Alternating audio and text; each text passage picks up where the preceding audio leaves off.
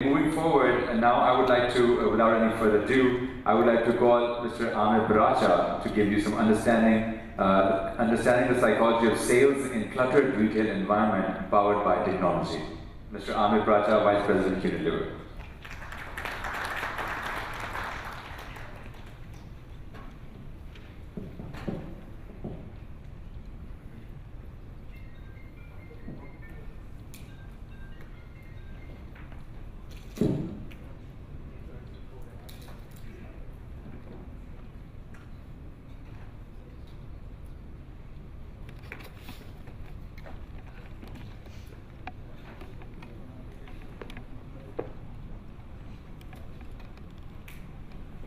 Song everyone.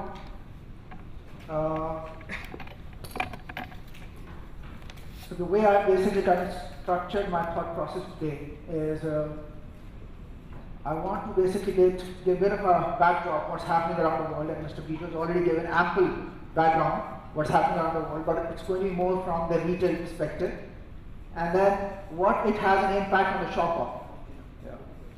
What is happening around the world, and how the technology and the big data can actually help us really understand the psychology behind buying and what the shopper is actually today trying to change his habits to really understand what is happening. So there's a very good saying: if you want to understand how the lion hunts, don't go to the zoo, go to the jungle. And retail is really getting a new jungle. And that's a new reality. And it's getting fast and furious day by day. Now, if we want to basically see what is happening in the retail jungle, let's basically look at the retail and the shopper from that lens. The first thing we started seeing is the survival of the fittest. Now, you all know tiger is a land predator, and it always goes and hunt on ground. But when it's a survival of the fittest, it won't mind actually taking a plunge in deep water to find its prey. And in the retail industry, there's nothing different. And we are actually seeing that. What is happening is clearly the lines are getting blurred because everyone is actually trying for their survival. The first big trend is happening, if you take a closer look, is Walmart, which is known to be the big daddy of the brick-and-mortar store, is really feeling challenged by the types of Amazon and the types of Alibaba, and hence basically Walmart went ahead and acquired a company called by the name of Jet.com at a price tag of $3 billion to develop its e-commerce arm, because it realized that if it won't develop the e-commerce arm, it would die, and already basically Walmart is under immense stress. Now this is phenomena we all know. It's called from a brick to click. And sometime back we were all thinking that the brick stores are over. And everything is going to be e-commerce or e-retailing. And there's a lot of talk happening around e-retailing. But what has happened last month is something a bit shocking. Amazon went back and acquired Whole Foods at a price tag of $13 billion. Now this is practically phenomena, reversing the phenomena from a click to brick. Not only this, Amazon actually went ahead and also basically launched Amazon Go, where consumers can actually go, touch and feel the product, buy the product through an app, walk away, and the product is going to be dropped at your doorstep. Now we can see the lines are clearly getting blurred. People are getting a bit confused. People thought brick is over, click is the new thing in.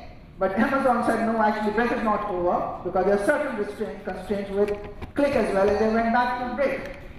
And the third phenomenon which is actually emerging is a click to brick. And that's a new phenomenon, and this is very emerging. And what is happening is, particularly in the grocery area, the e-retailers are really struggling to get the product delivered. It works when it comes to luxury product, it works when it comes to technology, it works when it comes to white goods, it works when it comes to the fashion or apparel. But it doesn't work when you're basically dealing in fresh items. It doesn't work when you basically have to drop a bottle of a shampoo or a pack of a detergent or a bar of a soap, because it's such a low value item. And you don't end up earning that margins and profit as against what you basically end up paying in a transport. So there are a few startups which are actually coming up with a Uber phenomenon, that it's an app, you can go and place the order on the app. And these mom and pop stores, which we call primarily mohalla stores in Pakistan, they're getting registered on that app. And when a customer places the order through that app directs that order to the mom and pop store which is nearby to that customer, and the customer basically takes the product, drops at the home. So there's no transport required, there's no warehouse required. It's a typical Uber model, and it's called basically click-through-brick concept. So clearly the lines are getting blurred, there's too much happening around, and the shoppers are basically still trying to get, should I basically go to the brick or the click or the click-through-brick? We all know predators rule the jungle. And when it comes to basically the retail, in retail the predators happen to be many. Mr. Beetle touched upon Aldi and Lidl, but back in 1970s, there was a concept introduced by Southwest Airlines, which is no-fill airline. Likewise, now there's a concept of no-fill retailers. And two German retailers, Aldi and Lidl, who are known to be hard discounters, are going crazy across the world, particularly in Europe and also basically now stepping in America, and really basically giving a tough time. And their philosophy is simple. Their philosophy is less is more. If you go to Aldi, you'll find 90% of the product on the shelf are Aldi exclusive products made by the small independent manufacturers. The philosophy is no 24-hour service. Bring your own bag. One in, one out. Only the top-selling SKU is going to get the place on the shelf. And avoid range overload. And they give you at a price which is unbelievable and quality as good as any good branded product. And that is the reality. Likewise, if we were to basically look at the fashion industry, we can basically, can look at H&M and Forever 21. They have coined the concept of fast fashion industry, where they will basically give you the cutting edge designs at the rock bottom prices. Earlier you used to basically go and buy Versace's and the Polos and the La Florence of the world to wear very trendy designs. They are now basically giving at a rock bottom prices. So they are really now giving tough time to the luxury brands. And the youngsters, the millennials, they don't want to basically buy cheap things for years. They say, listen, I want to have something because the fashion is changing so fast. So why to basically spend loads of money? Why not to basically go to these kind of fashion retailers? So clearly, the world is getting basically filled by the predators which are eating up these expensive brands. Yeah? So prices is really becoming a big phenomenon. The third trend that is emerging is stalking for survival. And we know that across the world there are certain species that are getting fast extinct. And there are federations like WWF trying to basically protect those species. But in the retail industry, no one here to protect. And we have seen in our lives, not far away, there was Motorola, there was BlackBerry, there was Nokia, there was a Hotmail, Yahoo, all gone, in a span of less than 10 years. So the life cycles are really getting shortened. Now, if you were to basically take a closer look what's happening around, from the same lens, what is happening is the independent stores is basically giving a tough time to the chain stores.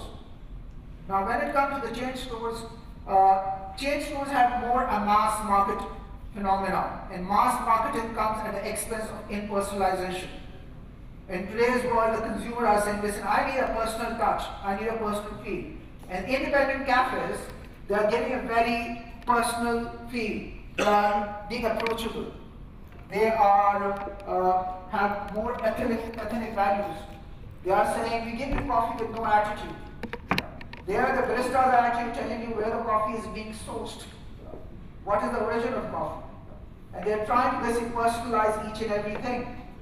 In 2013, it's been 3 years, today there are more independent cafes than the cafe chains like Starbucks, Costa Coffee, or the Tim Hortons, who are basically the biggest cafe chains in the world. And this phenomena is not only confined to cafes. I just basically picked up a sample. This phenomena is basically spreading wide across each and everything. Even in FMCG sector, we are saying that these small retailers, which are mohalla retailers, are really basically getting back because people are now looking for a personal touch. Whilst digital is basically really getting ahead in time, but digital is creating impersonalization. And the consumers are missing that personal touch, and hence all those stores or all those new ventures or the concept of giving a personal touch are basically really going ahead. That's the first trend, which is stalking your prey. It's in stalking, you need a cunning patience. You need to be really slowly and gradually move forward towards your prey. And I think so what is happening with us, all of us sitting here, we are being stalked 24/7, 365 days a year. All our information, whenever we download an app, they ask for an approval that we are going to basically share your information. We need your information. Each and everything is being tracked. My movement is currently tracked. My geo coordinates are being basically figuring out on Google Maps. And we know that. Each and every move is being monitored. And these moves are basically then being used by the artificial intelligence or the virtual reality or the robots or the machines. There's a very famous example in this case actually from a Target departmental store in the US where the Target departmental store got to know before the parents did that the daughter is pregnant, because they were tracking what she was buying. And they figured it out with a change in the buying pattern. And they figured out what is the delivery date, and they figured it out. Is it a boy or a girl? This is called predictive selling. And this is happening. Yeah. It sounds a bit spooky. Yeah, that's a reality. But it is the new age of the predictive selling. And I think so we get to see a lot more because everyone's sitting with loads of data. We are talking about the big data. We are talking about the artificial intelligence and the virtual reality. And the third trend I would like to basically talk about that not everything is fast and furious in the jungle. There are something which is called silver jungle, and that's around the sustainability. And there's a lot of talk happening around sustainability. And therefore, being eco-friendly or organic is a new fashion statement. You'll find these big celebs like Sophia Bush or Anne Hathaway. You just look at them, what they're carrying. They are no more basically carrying flashy bags. They are not wearing expensive brands. They are carrying jute bag. They are basically wearing unbranded clothes. They are carrying organic stuff because this is fashionable. And today the organic stuff is actually carrying a premium over a mass market brands, which once used to basically carry premium. So the market is completely shifted. Yeah, the trends are completely shifting. Now, in this entire context, what is happening with the consumer or the shopper? With so much happening around, there's so much confusion, there's so much lines are getting blurred, things are not straight, they're not vertical, they're not horizontal. The shopper is being bombarded today with 11 million bits of information every second. And you can imagine a human like us can't process more than 50 bits per second. Now everyone is basically thinking that my marketing campaign is working. The more I speak, the louder I shout, the more, the closer I'm going to get the consumer. Actually, that's not the fact, because it's all turning into a noise and it's not turning into a message. So the question is what to do. I'll do a quick exercise here, and I'm sure few of you would have done it in the past. On the next slide, I'm going to basically ask you, take 2 seconds to spot a red heart. Yep, got it. I'm sure everyone would basically have spotted red heart. How many of people have spotted the green diamonds? How many of you have spotted the green diamonds? None. That's a bit surprising. Usually there's a 2 or 3 raise of hand. It's just next to it. Because you are not focusing on the green diamonds. You're only asked to focus on the red heart. You deselected what you're not looking for. And that's how we behave. We deselect everything we are not looking for. We only select what we are looking for. And the entire world then becomes irrelevant. Now, the challenge is how to tackle this. The challenge is the real fight is not with a competitor. The real fight is the capacity of our human brain to process the information or the data being downloaded. We always think, my biggest enemy is a competitor out there. No, it's actually your biggest enemy is the information your shopper or a consumer is being bombarded with. And your consumer or a shopper is basically on a selective attention mode. And that's where the psychology of sales kicks in. That how you make your consumer to give that mind space which you are fighting for before the wallet space. Now, another thing, there's an interesting study. It's a planogram or a route map of one of the stores. And they carried out this route map and they found out that 84% of the shoppers go to the same shop every week, and 54% of the shoppers, they follow exactly the same route when they go to shop. And this phenomena in our world is called autopilot. You are simply on an autopilot. You go to that aisle, what you're looking for, and you head back. Because you have a cognitive map in your head about the shop you go. You know where the product is lying because it's always been there. You expect the product to be there. You go pick the product, get out. I can bet people sitting here, if I were to ask you, can you please write down the list of the grocery item as per the route you follow? You can write it. And that's what you usually basically write the grocery list. Next time you do, please check out your route as well. And next time you go to the store, do one more thing. Take a closer look to the person next to you. You'll find that person is not paying attention. You'll find that person leaning on a trolley, oblivious to the world, what he or she is going through. She is only going to those selective aisles. She is not basically navigating through each and every aisle, particularly the shopper. Anyone, a window shopper, may be navigating, but a hardcore shopper is not navigating. And the challenge is how you can really basically break this. How you can really work the psychology, work in your favor. And for this, you need to be more planned, you need to be more relevant, you need to be more engaging. Now, in order to be planned, relevant, engaging, you need to know exactly the insight behind buying. Now, this word insight is, I think, a bit abused as well and overused. It's not that easy. Now, the standard definitions we keep hearing about the insights is something which is not obvious, something which is hidden behind the scene, something which is under the surface. But to me, the classic insight example is which cannot be Googled. That's an insight if you can't Google it. If you can Google it, trust it's not an insight. Now, the million-dollar question is how to basically find the insight.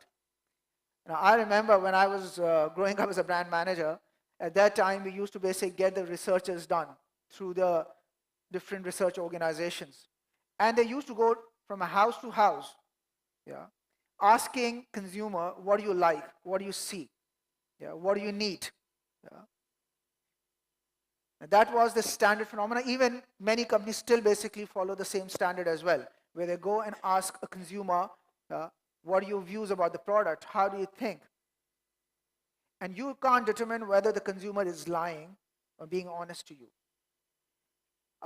Let's basically take a quick look to a video which is about the Customer Collaboration Center.